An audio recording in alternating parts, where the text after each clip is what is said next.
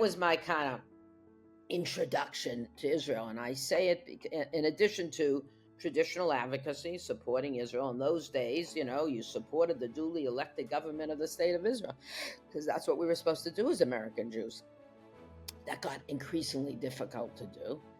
The switch was when there was seemingly no interest in a peace process between Palestinians and Israelis, and no leadership to do that.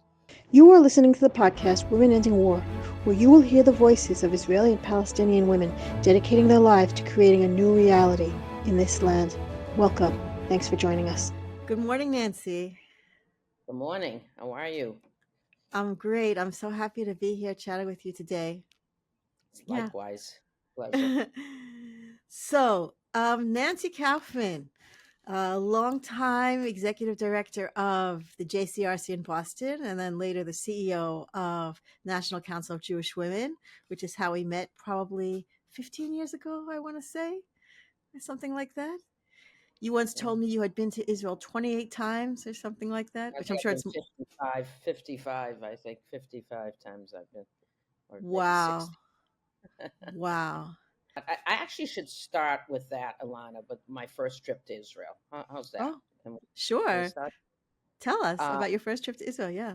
My first trip to Israel was when I was 16 years old. Mm-hmm. It was 3 weeks after the Six-Day War in 1967. And I say it because it was such a formidable experience in my life, and such a transformational experience. I was a junior in high school. No one in my family had ever been to Israel. I was part of B'nai B'rith Youth Organization, and we were supposed to have a summer leadership trip to Israel. My family had, I grew up in a single parent family. Father died when I was very young, so we didn't have any money. But I really wanted to go to Israel, so I made a deal with my mom. If I could get a $500 scholarship, I'd ask a rich uncle of mine if he could match it. It was my first fundraising experience. How'd it go? I said, will you call him and ask him? And she said, no, you can call him. And I said, okay. And I called him and I said, Uncle David, you want to go to Israel? If I can get a $500 scholarship, will you give me the 500, match it? It was $1,000 for 8 weeks in Israel. And he said, I will. However, the deal is you have to come back. You have to take slides and you have to come back and you have to go around to synagogues and discuss your trip. Oh, I wow. said, okay, that's a deal. So here I am in 1967. And harbinger of your future career as right, both a fundraiser with the sophisticated matching grants and then a speaker, an advocate. Wow. Actually, right. It was my public speaking. I was in BBRIO, so I got, that's where I sort of cut my teeth. But what was amazing was here I was, June 1967, and the war breaks out, and I'm, no one in my peer, no one really cared, right? No one was paying any attention except I was. And 6 days, I came home from school every day and watched the TV nonstop. And I said, I am going to Israel. This is my chance of a lifetime. There is no way. And people are calling my mother to say, you're not going to let her go. There's a war. And I made a deal with my mother. I said, okay, here's the deal. If the State Department says it's safe to go, then I get to go. So that was the deal. 50 of the 100 kids dropped out. So there was 50 rather than 100 of us. And I went. So that was the end of June 1967. That I'll never forget, what was so stunning about it was that if you know anything about American history, you know that was a summer of huge riots in cities all over the country, civil rights, terrible riots in cities. And our country was falling apart between the war in Vietnam and the civil rights issues.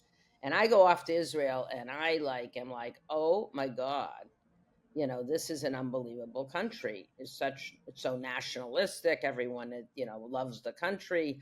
The planes would fly overhead and everyone would go stop. Everything would stop. People walk out of their stores and start cheering for their army, IDF. And I was like, wow. So that was one incredible takeaway. The other at the time was that there was very little gap between rich and poor because there weren't a whole lot of rich people. And I was very struck by, how what I thought at the time was equal the country was in terms of values and in terms of um, economic means, etc. So I had these impressions that were uh, indelibly in my head. So I basically fell in love with Israel. I think had my life not taking a different turn, I might have even made Aliyah at some point. Now I will say that fast forward, I went to work as a community organizer and then in government. And then it wasn't until I was 39 years old that I started working in the Jewish community. And when I went Oh, for the interview as JCRC director in Boston, they, the search committee, one of them says to me, "But you haven't been to Israel in 24 years. How are you going to do this job?" And I went, "Oh, well, I love Israel. I'm happy to go anytime you want to send me. I just, life intervened. I got married. I had a child. I hadn't been back. But, you know, I had a shaliach from the Jewish Agency, Yemenite young woman who lived with us for a summer. I mean, I still had my ties. So they hired me. It was kind of a unbelievable thing. I said, I can read, and if I can read, and I'm happy to go as soon as you want to send me. So I went in December of 1990, returned to Israel for the first time in 24 years, and it was during the Persian Gulf War. I went with my colleagues from the JCRCs around the country, and they all, we were like in hotel basements, meeting all the time. And I just wanted to go and walk around and, touch it and feel it and see it. And, I had remembered from 1967 walking through the Jaffa Gate and then walking to the old city. And, there's this gorgeous, huge plaza with no mechitza and, kids coming down the hills from the yeshivot. And, it was like this unbelievable thing at the hotel. And I come back 24 years later and things have changed a little bit, right? So I really became, I love Israel and I care about Israel and I still love Israel and I still care about Israel, but I saw the fault lines beginning to develop. And what are those that fault lines? What do you think of as those fault lines? the fault lines that I saw developing that I worked on for 20 years as part of Haifa Boston connection was the gap between rich and poor, the gap between Arab and Jew, the gap between Orthodox and secular, the gap between left and right, um, all of these sort of the gap between um, issues related to violence against women and support of women.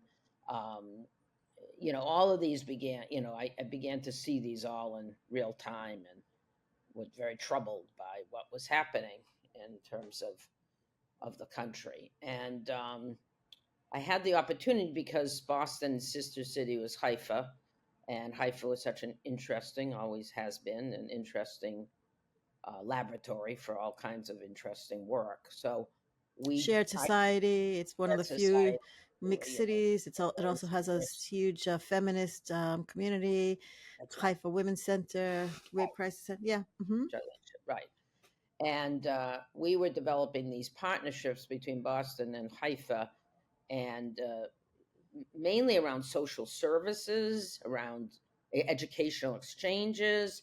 And I said, well, wait a minute, what about social justice? I mean, if we're going to believe in social justice in Boston, then we need to apply it in Israel. So we developed a Haifa Boston social justice group that worked on issues of shared society, worked on, in fact, our first, it's so interesting that we brought the feminists from Haifa who were working in the violence against women space to have a big conference because in the United States at that time, Boston, this in the 90s, they didn't really think that Jews were victims of domestic violence. That wasn't a thing. And we called put a light on it, and we brought the women from Israel to basically make a point to the Jewish community in Boston about domestic violence, and that then led to a whole bunch of opening up and programming in the community. So it was a learning exchange that went both ways. And I brought NGOs, I brought politicians, I brought ministers, religious leaders. And what we would do in the early days, we just did a typical mission. We did all the sites, and we'd end up in Haifa. But in the later days, we really developed a deep learning experience, because what I felt was, well, why should we just go to Israel? Israel should also come to us, so we could learn both ways. And so we started bringing NGO leaders to Israel, non-Jewish NGO leaders, and match them with NGO leaders in Haifa. And then we would bring Haifa NGO leaders to Boston to learn, how they work in community and what happens. And it really became a very rich learning experience both ways. It was really a very equal back and forth. And when the Haifaites came to, and they weren't just Jewish Haifaites, they were, Arab, we had everyone, Ethiopian, etc. It was fascinating for them to Fascinating. see Really it. interesting. You're trying to transplant values of social justice from a completely different setting into another setting and have that kind of which is unusual for a Jewish organization also, because Jewish organizations are used to bringing, Jewish specific values, and you're trying to say, well, hang on, maybe there are some universal values that we want to bring to Israel. Yes, is that my understanding Yes, that right? exactly, Mm-hmm. exactly. And so you Mm-hmm. had the Puerto Rican head of an NGO in inner city Boston, going to Haifa and seeing, their issues, Mm-hmm. and vice versa. It was very, very powerful. It really was very powerful. And it very, deep relationships were formed. So that was huge. And then the other huge thing was when I first went to Haifa early on, was, must have been after Operation Solomon, a few years after. But when the Falash Mora was starting to come, there was huge caravans in Hof Mm-hmm. HaKamel, north of Haifa. And I was sort of troubled. I went with Nat Coach to see it, and there were 3,000 people, hundreds and hundreds of children. And I'm like, where do you go to school? And literally the next meeting, because I was always an advocate, as you know, Alana, so I never stopped being an advocate, was with the mayor of Haifa, Ami Mitzna, at the time. And I remember going to the meeting, and I said, Mr. Mayor, what are you doing for the Ethiopian children in your schools? There's 400 of them. And he said, well, what are you talking about? We don't have any Ethiopian children in our schools. He literally did not know that the Ethiopian kids from Haifa Kamel were going to school in Haifa. He literally picked up the phone, called his minister of education, and said, "What is this story? We have Ethiopian children in our schools." It was quite incredible. And then when the caravan Right. closed and people started moving into neighborhoods in Haifa where they didn't think they had any Ethiopians, we decided that we wanted to do a program um, with leadership of the Ethiopian community, kind of at the core of it. And we created a program called Shiluvim, which was a when we put I got the Boston Federation to put millions of dollars into, three different tracks: education, employment, and multicultural sensitivity, and started working in Haifa, and it was really again transformational. So anyway, that was my kind of introduction to Israel. And I say it in addition to traditional advocacy, supporting Israel. In those days, you supported the duly elected government of the state of Israel, because that's what we were supposed to do as American Jews. That got increasingly difficult to do. And When did you we, find it starting to become difficult for you? Like, what was a switch for you? the switch was when there was seemingly no interest in a peace process between Palestinians and Israelis, and no leadership to do that. Like after the second Intifada, like Yeah, around then?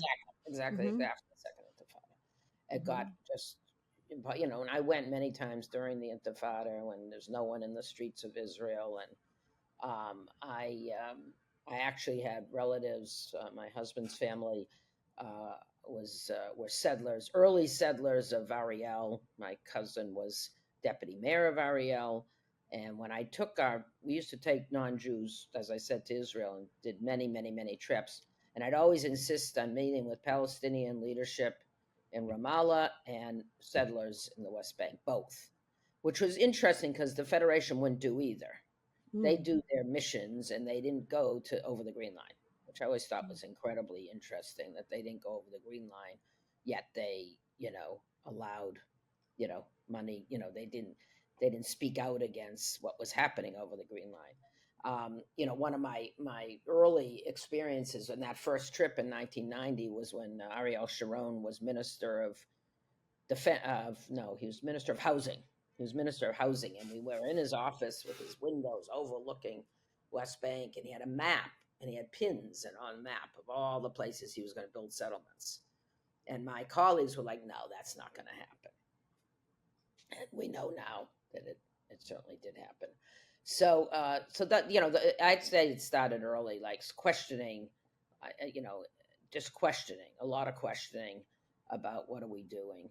I was also there during the Gaza evacuation, um, Mhm. and so I've seen it. I sort of have an arc, in terms of Israel, and I will say that I was never one of the reasons I could do the job at the JCRC, because as you know, JCRCs are made up of right and left organizations. So everything from APAC to J Street were on my board. Um, was that I was a centrist. I didn't grow up in the ideological wars. My family wasn't, but they most people in Boston were one thing or the other thing, and they were yelling and screaming at each other all the time. And I used to say, I can't Oh, have that must this. have been fun at board meetings. Oh my God, it was awful. Um, I said, I can't have this. We all love Israel. We might love Israel differently. It's called a self-hating Jew, or people were called, it was just awful. Um, but, I I get called navigate, self-hating Jew all the time. I think right, it's awful. It's such an awful thing to say to a person. It's disgusting. But anyway, okay, right. sorry to interrupt. Yeah, go ahead. Oh, no, that's all right. But it emerged where I really was trying to engage in education of the non-Jewish community.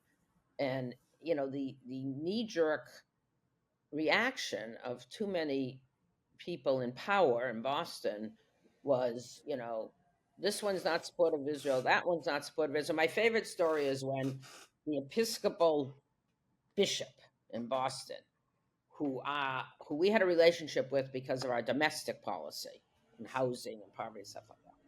So the Episcopal bishop uh, and two others in their red robes, their full garb, go and demonstrate in front of the Israeli consulate against settlements. I mean, it was a huge thing. They had signs of that. And of course, the Jewish community goes crazy. And they call me and, what are you going to do about this? And I'm thinking to myself, what am I going to do about this? What is this? But I did call the bishop and I said, it would have been nice had you told me you were going to do this, because we have a relationship and I understand you have issues with the settlements. And and this gets to my real core of my whole career is relationship before task, right? Relationship is what it's all about. He said to me, Nancy, why don't you get together a group of rabbis and Jewish leaders, and I'll get together a group of my community, and let's talk, off the record, behind closed doors, not public. I said, okay, that sounds like a good idea. And we did. And it became a very important, deep conversation about what his anger was about, the situation and what our concerns were. And so, it showed me, and this happened time and time again, that, when you have a relationship, the way to manage it is not to yell and scream and protest, but to try to build, some kind of rapport. So that's what we did. And so when we took our trips to Israel, we always met with, left, right, Palestinian, and as I said, settlers, which many people didn't. And I felt like we needed to do both, and I had all my friends in Israel proper that had never been to a settlement. In fact, I have a dear friend in Renana who I used to stay with after or before the mission. And I said, Ruthie, I need you to drive me to Ariel. It's all of 20 minutes away. And she looked at me like I was out of my mind. I'm 20 not minutes, but a totally different world. Yeah. right. She said, I'm not going there. I said, yeah, I need a ride. She said she had never been over the Green Line. I mean, this is a progressive, your basic Israeli. She was like bald. And at this point it was separate roads, and the whole thing. So I think there's a lot of learning. One of my colleagues was here recently, who was on that first trip with me from Kansas City. He was the JCRC director at the time, and he said, "Nancy, I'll never forget when we met with the Minister of Education for the Palestinian Authority. I almost like fell off my chair when you asked your question." What was my question? Because again, I played it all ways. My question to this lovely man who was pontificating about Israel being all wrong and they really want peace. I said, "Well, it's interesting, sir. Um, why is it that the curriculum that you teach in the West Bank and that they teach in Gaza doesn't talk about the Holocaust or the creation of the state of Israel?" And his answer was, I'll never forget his answer. His answer was, "Well, Jordan has peace with Israel, and Egypt has peace with Israel, and we use their curriculum. So if they have peace and they're not teaching about it, why should we?" Really? Yeah, yeah, that was the answer. So I said to myself, well, if the kids aren't even being educated, then we got a bigger problem than any of us realize.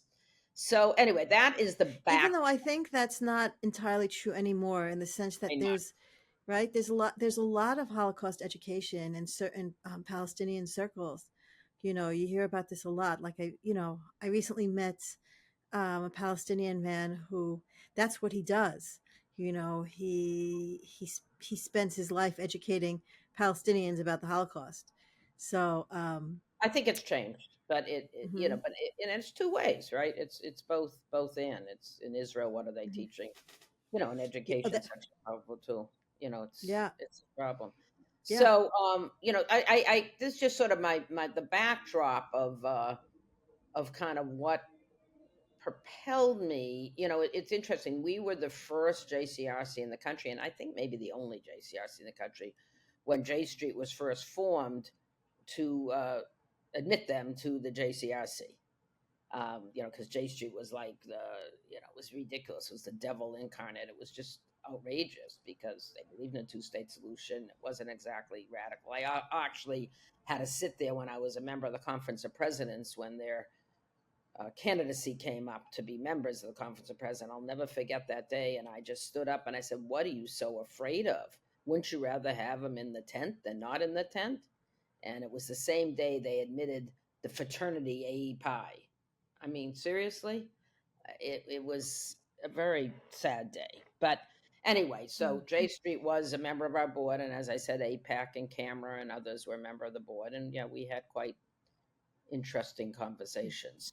But we had dialogue, and Boston was, we really had dialogue until we didn't towards the end of my tenure, which is probably why I left after 20 years when the right wing, for a period of time, thank God it wasn't forever, had sort of bought up the Federation and had their gifts and had their beliefs and try to stop a mosque from being built in Boston. And I didn't quite understand why an Israel advocacy organization was trying to stop a mosque from being built in Boston. And they said it was going to be a Wahhabi fundamentalist mosque and they were coming to kill their children. And that was kind of what was being, and it just was ridiculous. And Bishop Tutu came to speak in a church, and they blamed me that I didn't stop it from happening if I had such good relationships. It was quite incredible. Um, so anyway, And yet so that sounds like the tip of the iceberg compared to what we're seeing today. I right. mean, today we're Well, seeing like so much extreme hatred and such irrational hatred going into all kinds of crazy directions. I right. mean, do you Yeah. agree? Am I saying, is that a correct assessment of Well, there's American? just a lot of fear and a lot of you know shame on all of us for not having been honest when we should have been honest in the mainstream community. I'll never forget at a General Assembly of the Federations about maybe 10, 12 years ago, my former partner in Boston, the head of the Federation, sat down next to me and he said, "Oh, Nancy, you'd be so proud of me." I said, "Why is that?" He said, "I got together a group of donors with the Consul General of Israel to tell them that we're not happy about the settlements." I said, really? I said, and did you then get on a plane and go tell Bibi Netanyahu that you weren't happy? Mm. You know, this is part of the problem is that the voices that, and it's really about money, to be honest with you. And it gets us to the Trump situation. It was, people with a lot of funds who were funding, Israel, um, for, really believed that Israel was right no matter what. And that, that Israel was, what do they say? The David Project at the time said Israel was David and the Palestinians were Goliath. And that was kind of their mindset. So I really had a problem with the whole way of thinking, instead of thinking about problem solving and thinking about, how do we cut through this and build relationships. I mean, mission after mission from the Federation would go to Israel, not meet with any Palestinian Israelis, let alone Palestinians who weren't Israelis. I mean, how do you get a full picture? They'd go up to the Golan Heights, they'd show you how horrible, how threatened they were, and then they'd never go over the Green Line. So, this is what we unfortunately, and this is why our kids, really started to get turned off. And this is why, kids who went on birthright who were questioning but didn't meet with any Palestinians and didn't go over the Green Line started wondering what is this? What are we doing? So It takes a lot, by the way, to do that. Like, it takes a lot of courage and sort of ability to question, and it takes a lot to raise that voice in Mhm. some of the settings you're describing, especially for a kid, for a 19 or 20-year-old or whatever who's on a birthright trip and hearing all of that, to be able to say, like, No. hang on a second, what? Yeah, and It's they're not not so easy. equipped, and they haven't been taught, Hmm. but they feel deceived. They feel that's how Hmm. "If Not Now" got started, Right. and if not now, because the mainstream Jewish community sort of pushed them away and thought they were too radical. So where did they go? Jewish Voices for Peace. They moved further left because they didn't feel welcomed in the Jewish community, and we did this at our peril of not engaging with day school kids who had Jewish upbringings and care about their Judaism. I think we made some very, very, very big mistakes. And so that brings us to today, and the situation. Um, I have an ounce of hope because I just got back from Ireland, where Yeah. with the Alliance of Middle East Peace Board All map. retreat. Yeah, ALMAP. Yeah, we interviewed Naveen Oh, Santuka right, in right. season one, and I'm actually interviewing her again next week. We have a scheduled podcast interview next week. They just launched the The Women's women. Leadership Network. Yeah, I yeah, went I to know. that launch. That was Oh, really good. exciting. That Oh, was good. very, very exciting. Yeah. Yeah, I sent a bunch of people there. Yeah, no, Naveen is fantastic. She was with us in Belfast, And all map, I quote all map all the time when people say things like, there are no partners. Does anybody really want peace and all that? I say AllMep has a coalition of 164 organizations. 164 organizations, but 170 now. 170. 170. Yeah, yeah. That's what and people here, Alana, don't know. They don't understand. They don't know. Even intelligent people. You and I were once on a panel together at BJ, my synagogue. If Oh, you that's remember, true. several I years forgot ago. about that. That's right. Oh, And yes. Yes, even yes, BJ, yes. which is a fairly educated group, when I tell them there are 170 organizations working on shared society, a cross-border peace building, they look at me like I have three hits. And what the reason, I mean, I love AllMap. I think AllMap has done a phenomenal job.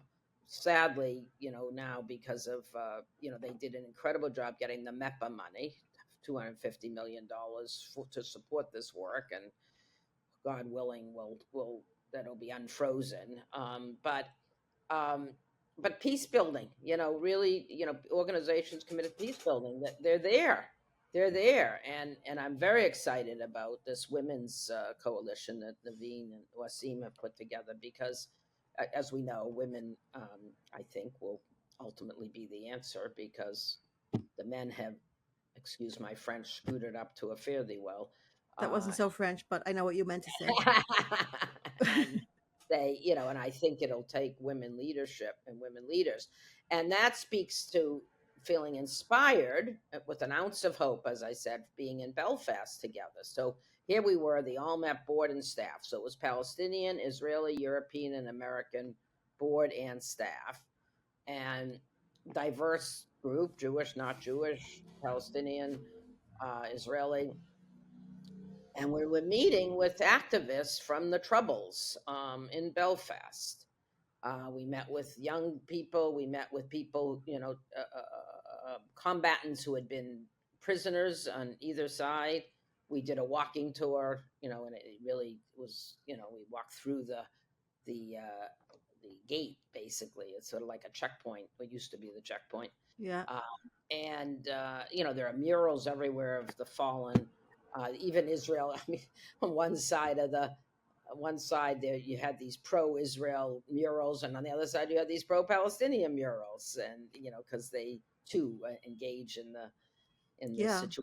But we met with I was incredible. in Belfast also in 2018, and I met with some women's groups back then also.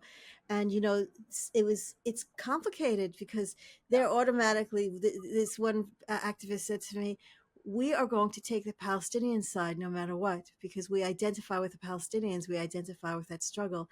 But it wasn't so simple. It was like, that's our knee-jerk reaction, that's where we are. But it was, anyway, I'm sorry. Yeah, I love Ireland. I love that yeah, experience going to Ireland. yeah. Anyway, yeah, okay. It Yeah. yeah, it was an incredible experience. We met with what's her name, Williams McWilliams, who's one of the women leaders in the Women's Coalition. And Yeah. where I have the ounce of hope is civil society had a huge role in Right. ultimately Right. resolving the conflict. Huge role. Right. And that is what I think all MAP's theory of change is that we are working to build civil society, build relationships, strengthen people working on peace building, Hmm. both within Israeli society and between Israeli and Palestinians, and even with October 7th, and even with the war, and even with the horror that they've lived through, they have continued to do this work. Hmm. And so the hope I have is that it's a small, comparatively it was small compared to Israel, but the key that we really learned, which was fascinating to me, is that because we met with the Ireland Fund, and we met with the philanthropist, the person Feeney, who had put millions and millions and millions of dollars into resolving the conflict, um, through back channels and through civil society. Um, if you do it relatively, Ireland spent $100 per person to the Hmm. $5 per person being spent in Israel Palestine. Think about that. And Yeah.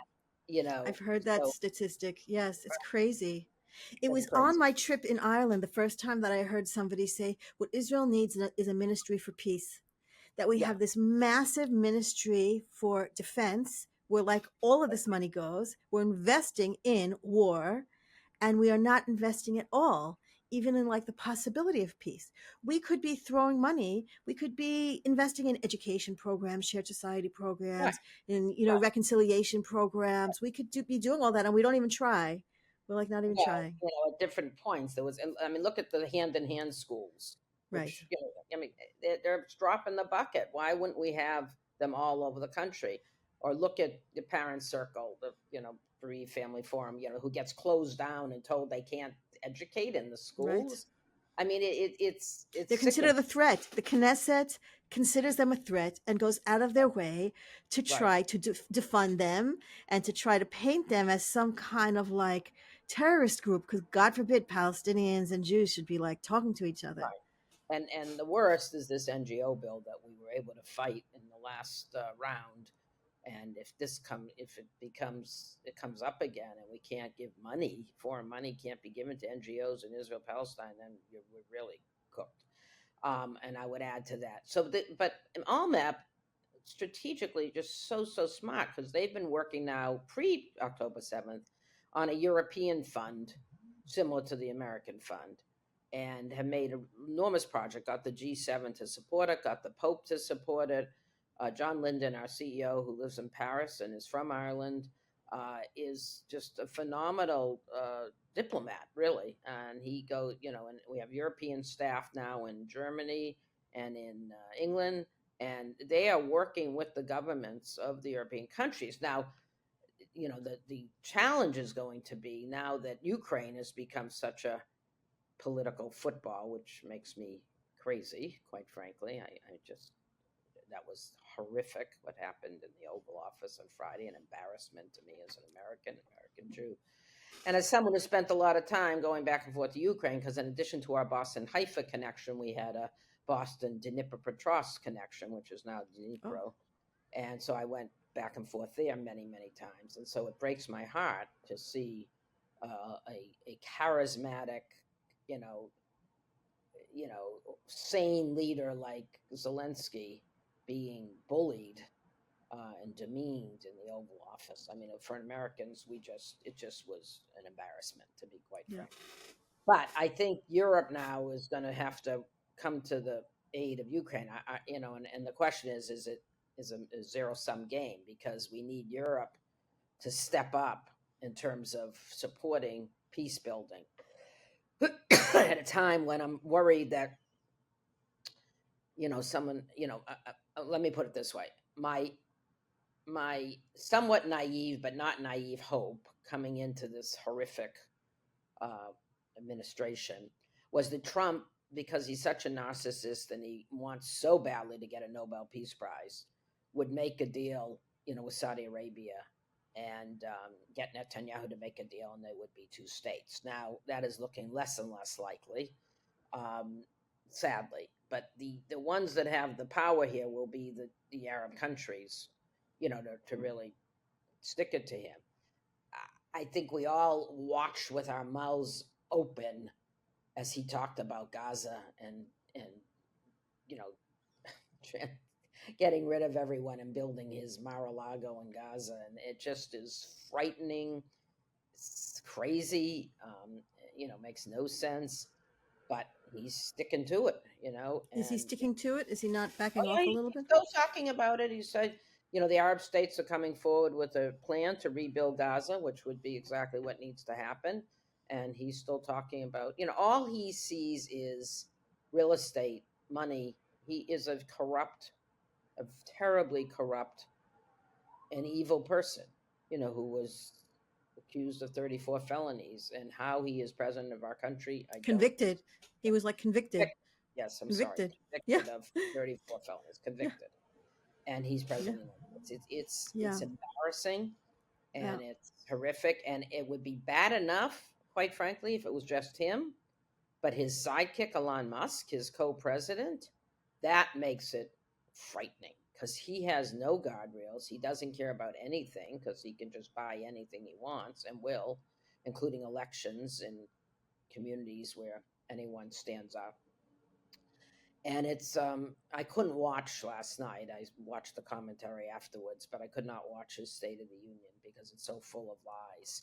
And I think I'm just sitting here waiting, because I actually think we should be taking a page out of the Israeli civil society when you started showing up for pro-democracy Mm. demonstrations every Saturday night, Yeah. everyone, any of us knew we're out. We need to be Yeah. doing that. And I don't know what we're waiting for. I really don't know what we're waiting for. Well, one of my frustrations as someone who participated in a lot of those rallies is like the feeling that they didn't matter. We would like show up, hundreds of thousands of people showing up, and the government still continued to do whatever it wanted. So, I think that I'm sensing, but I'm not there, but I'm sensing that there's a little bit of that tiredness, that weariness. Like in 2016, the beginning of 2017, when Trump was elected the first time, you had the Women's March. You had all Right. kinds of marches. People were fired up. We had women's marches here also. I participated on the day after Trump was elected. We had a women's march in front of the American embassy here. And there was this like fire that was lit under us, like we had to do something. But it feels like this time around, some of that energy is like, well, that doesn't work, which I think Israel is experiencing now too. I think a lot of the protests also, I mean, there are lots of protests all the time. Like really, there's never a day without a protest somewhere. But I'm feeling like the same kind of weariness, like, oh my God, we keep People are protest exhausted. and then it doesn't work. So it feels like I'm feeling like people are looking for a new strategy. Like Yes, there needs to be a new strategy. Like, what do we do with this? Like, what do right, we do now? Yeah. right. That's exactly right. There is a call twice a week that I'm usually on when I can be of the progressive mobilization table. It's all the progressive groups in the United States, unions and civil society and everyone. And my dear friend Heather Booth, who's a community organizer par excellence, co-leads it with Bob Creamer. And I see, you're 90 people on this call, and they're the best organizers in the country. And I keep writing in the chat, what's our strategy? What's our What's strategy? the strategy? Because the problem now is they've taken a fire hose and everything's siloed. So the people worried about migrants and the border are doing their demonstrations, and the people worried about reproductive justice are doing theirs. People worried. There's so many things. The USAID. There's so many things to be worried about.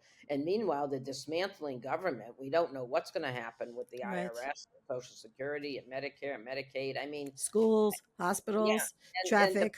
right. I mean, Trump and Musk don't care because they don't need that. They don't live. It is very frightening, to be Very honest. frightening. Yeah. Right now, I think mostly people I know are just really scared. We're scared, And and also part of their strategy is to scare us and to scare us on so many fronts that you're like, you don't know where to turn your attention. Where right, do you turn your attention? You've got like 15 different things that are terrifying you at the same time, and you want to do something, but you can't even gather up a decision to say, okay, let's fight this right now because it's coming at you. It's the flooding, flooding the zone or whatever they call, Steve Bannon's thing. It's like right, flood the zone with shit. Oh, right. sorry, my French. Okay. Yes. Yeah, exactly. And Musk is an evil genius. See, I don't think Trump could do what he's doing without Musk, but the fact that they've laid off so many federal workers, I mean, 140,000 federal workers live in Virginia, and the Virginia governor, who's a Republican, hasn't even denounced this. I mean, Right. he's talk about It's brainwashing. I mean, it really is taking a page out of Hitler. I mean, it took him 33 days. Or Orban. Orban has probably been more, who went to Mar-a-Lago 3 times. I mean, this pivot from Ukraine to Russia, to me, is one of those yeah. scariest things. He just like realigned alliances in the world, like just a Right, complete realignment. right. Crazy, It is crazy. crazy. And his sycophants who have been following him, I mean, people like Rubio and Lindsey Graham and people who ordinarily were hawks. They were anti-Russia. Yeah, Russia is just, I have yeah, said from the beginning of his first term that he's a Russian asset, and I still believe it. yeah, Either he or Melania, yeah. something is awry. And also, I saw Rachel Maddow. She had a program on the firings about the nuclear team. Did you see this? That Yeah, the Office for Protecting Nuclear Sites and Nuclear Secrets and nuclear all protecting the world from the fact that there are nuclear plants everywhere. That half of that he fired half the people there and couldn't figure out how to get them back when he right, realized that too many were fired. They couldn't right, even figure out how to find them because that's how right, fast they were fired. They said, "You're fired, leave now." And right. this is nuclear, No, protecting no. nuclear We're information. in very, very serious trouble here. The Yes. environment, the security, healthcare, you Yeah. name it. We're in very, very, very serious trouble. And the Yeah. fact that there are no guardrails, which is Yeah. part of the problem, the fact we don't have the House, the Senate, or the Supreme Court. Yeah. Although I saw for this morning that the Supreme Court did reject his attempt to not to that he can't freeze the funding, the foreign aid funding. They did Oh. go against them, so that's a little bit of good news. But Okay. anyway, So we're so so Nancy, so let me ask you this: if yeah. you were so you ask your group, "What's our strategy?" What do you think the strategy should be? If you're speaking to people in America, people who want a different world, what do you think our strategy should be? In terms of America, or in terms of in general. Well, let's speak to protecting. Well, first let's talk about America, and then let's talk about American Jewry. Let's talk about America in general. What do you think a strategy should be to fight? Because Trump is a worldwide wave, and it's a wave so that even what he says about the Palestinians in Gaza feels like only one piece of like a whole larger Yeah. wave Yeah. of So, inhumanity and hatred and violence. right. So my answer to that is that he got less than 50% of the vote in this country. He says it was such a groundswell. He got 48% of the vote. That means there's at least half of our country who did not vote for him. And where are we?